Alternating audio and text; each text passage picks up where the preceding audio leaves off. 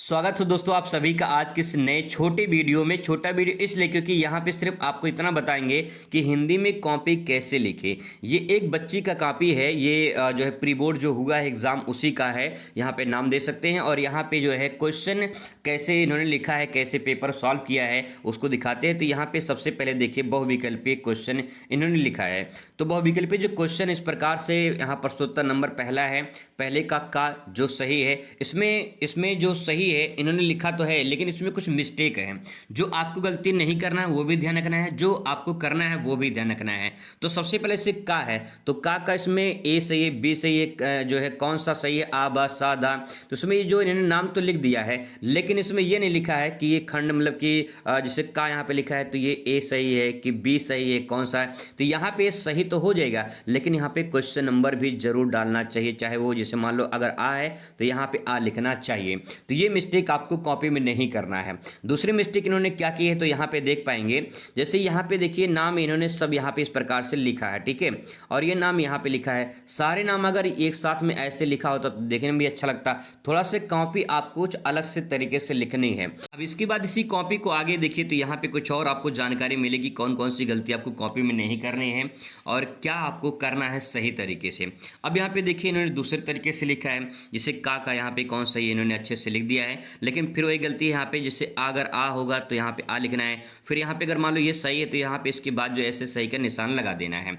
अब एक काम और कर सकते हैं, इन्होंने सही तरीके से यहाँ पे लिखा है और यहाँ पे नंबर भी डाला है, कोई दिक्कत नहीं, सब सही तरीका है। यहाँ पे साइड में ऐसे यहाँ पे सभी के सामने इस प्रकार से ऐसे एकदम लाइन से, ताकि देखने में अच्छा लगे। तो यहाँ पे ऐसे हल्का सा आप यहाँ पे टिक कर दीजिए, ठीक है, इस प्रकार से। तो यहाँ पे जो है देखने में अच्छा लगे कि ये इसका राइट आंसर है। तो इस प्रकार से यहाँ पे भी आप लिख सकते हैं। जैसे अगर मान लो यहाँ पे आ सही है तो आ लिख दीजिए, यहाँ पे अगर बा सही है तो बा लिख दीजिए, यहाँ पे सा सही है तो सा लिख दीजिए, यहाँ पे मान लीजिए आ सही है आ लिख, यहाँ पे दा सही है दा लिख दीजिए। इस प्रकार से ये आपका होना चाहिए, ठीक है, ये आपका होना चाहिए जिससे आपका पूरा का पूरा अच्छा दिखे। जितना कॉपी अच्छा दिखेगा उतना बढ़िया नंबर आपको मिलेगा, अच्छा प्लस सही होना चाहिए। दोस्तों इस कॉपी के जरिए मैं आपको इतना बताना चाह रहा हूँ कि कौन सी गलती आपको नहीं करना है और क्या आपको करना है। तो यहाँ पे देखिए अगला है प्रश्नोत्तर नंबर 3, यहाँ पे लिखा है इन्होंने जो गद्यांश संबंधी प्रश्न होते हैं। यहाँ पे का में इन्होंने गद्यांश लिखा है, फिर उसके बाद लिखा है कि प्रस्तुत गद्यांश हमारी पाठ्य पुस्तक हिंदी में संकलित प्रोफेसर सुंदर रेड्डी द्वारा रचित, यहाँ पे रचित है, यहाँ पे लिखित होगा, ठीक है, यहाँ पे देखिए सेंटेंस होगा लिखित क्योंकि गद्यांश है, गद्यांश में लिखित होता ना कि रचित होता है, ठीक है, भाषा की आधुनिकता से लिया गया है। और यहाँ पे लेखक जब यहाँ पे इन्होंने लिख दिया तो यहाँ लिखने की ज़रूरत ही नहीं है। तो ये छोटी छोटी मिस्टेक है जो आपको ध्यान में रखना है। फिर इसके बाद यहाँ पे व्याख्या कर देनी है, व्याख्या जो उसमें रेखांकित रहेगा उसका व्याख्या कर देना है।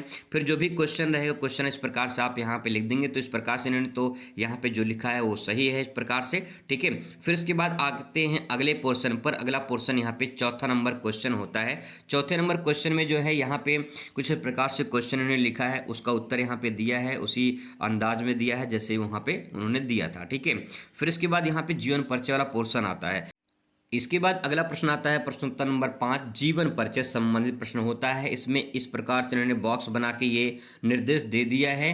अब यहाँ पे अगर आप चाहें तो इसको साइड में यहाँ पे बॉक्स बना सकते हैं और यहाँ जीवन परिचय हेडिंग डाल के इसके बारे में आप यहाँ पे लिख सकते हैं। एक छोटा सा बात आपको बता दें कि जो आर्ट वाले बच्चे होते हैं वो उनको जीवन परिचय लिखना होता है और जो साइंस वाले बच्चे होते हैं उनको साहित्यिक परिचय लिखना होता है। तो बहुत लोग कन्फ्यूजन होती है कि जीवन परिचय लिखे या साहित्यिक परिचय लिखे। आप प्रीवियस ईयर पेपर उठा के देख लीजिए, सब में जीवन परिचय ही पूछा गया है और साइंस वाला उठा के देख लीजिए उसमें साहित्यिक परिचय पूछा गया है, ठीक है। तो यहाँ पे आगे यहाँ पे देखिए जीवन परिचय इस प्रकार से इन्होंने लिखा है।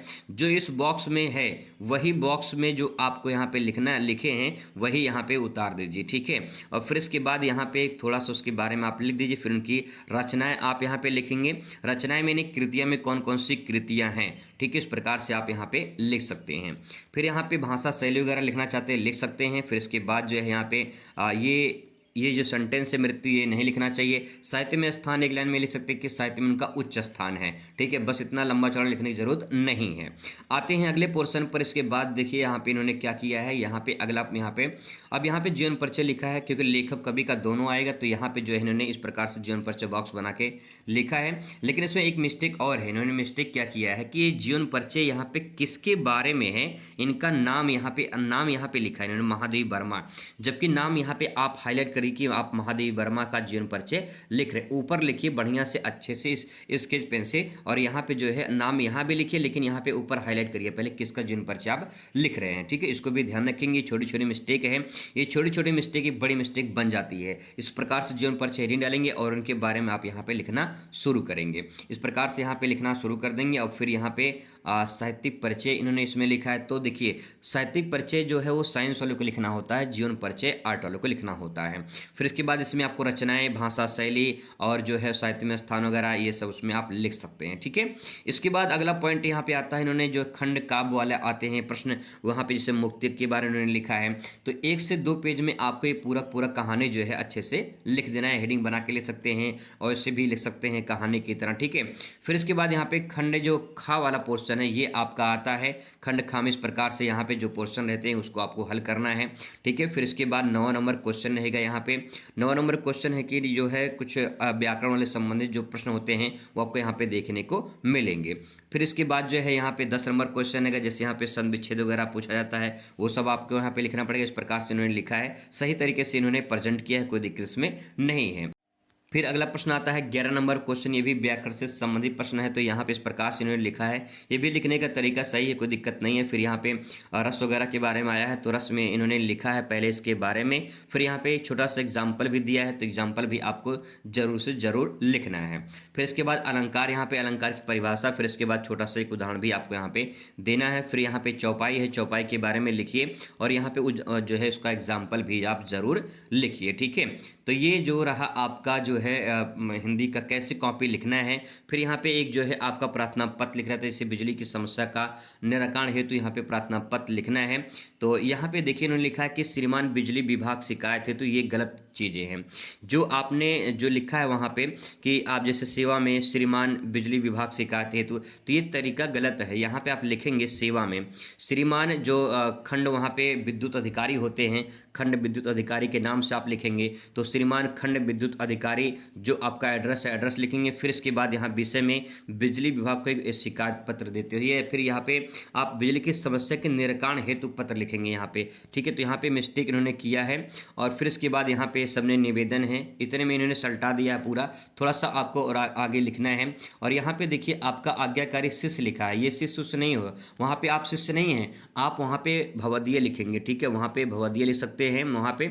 और फिर इसके बाद अपना नाम नहीं लिखेंगे, यहाँ पे नाम में आभाषा लिख सकते हैं, ठीक है। और फिर यहाँ पे कक्षा 12 मतलब 12 भी नहीं लिखेंगे, आभाषा लिख सकते हैं। इस प्रकार से वहाँ पे अपने जिले का नाम लिख देंगे, ठीक है। तो ऐसे ही यहाँ पे लिखा जाता है, कुछ मिस्टेक इन्होंने इसमें किया है। तो यहाँ पे ध्यान रखें कैसे पेपर हल करना है, यहाँ पे शॉर्ट में मैंने बताने का प्रयास किया है। इसमें बहुत सारी गलतियाँ हैं, उसको सुधारना है, और कुछ अच्छाइयाँ भी हैं, उसको वो अपने अपना लेना है। चलिए मिलते हैं नेक्स्ट वीडियो में। Thanks for watching.